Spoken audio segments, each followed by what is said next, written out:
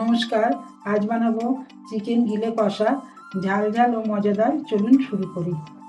এখানে আছে পেঁয়াজ, কালারের জন্য লাল লঙ্কা, হলুদ, আর এখানে আছে রসুন, কাঁচা লঙ্কা, টমেটো একসাথে পেস্ট করা। এটা আদা বাটা, এটা নুন, এটা সর্ষের তেল, আর এটা গিলে মেটে।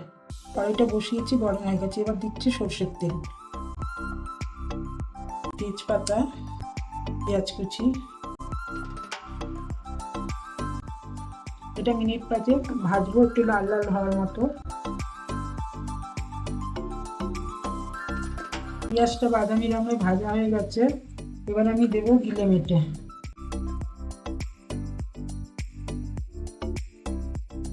এবার দিলাম একটু আদা বাটা। এবারে এখানে দিচ্ছি কাঁচা লঙ্কা, রসুন, টমেটো পেস্ট।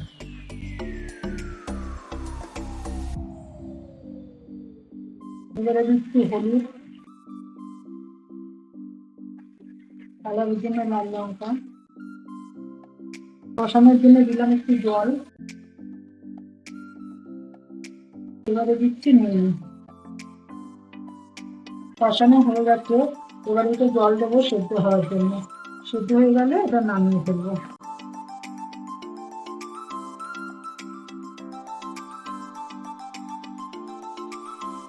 গিলে কষা রেডি। এবার আমি নামিয়ে ফেললাম।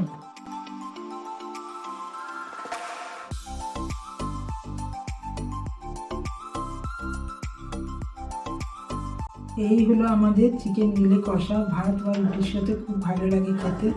আপনাদের যদি পছন্দ হয় চ্যানেলটিতে লাইক সাবস্ক্রাইব করতে ভুলবেন না।